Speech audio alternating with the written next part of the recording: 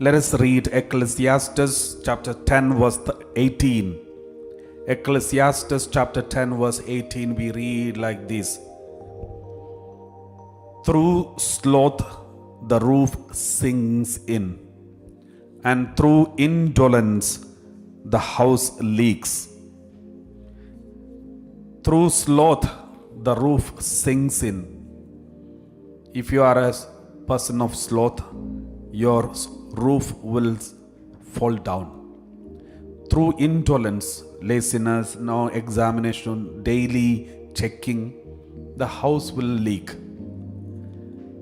Olden times we all used to have maybe patched roof, or maybe small, tiles on the roof. So it was not easy to maintain. We need to have constant examination. We have to examine every day. If you are a lazy fellow, we never correct it, repair even small damage, then there will be leaking. If you are a man of sloth, soon this roof will fall down. What does it mean? This is how the spirituality too. If you are a man of sloth, never examine your conscience, never bothered about the spirituality. The spirituality is sidelined. You're fully into the world. One day, unexpected way, the whole roof will collapse.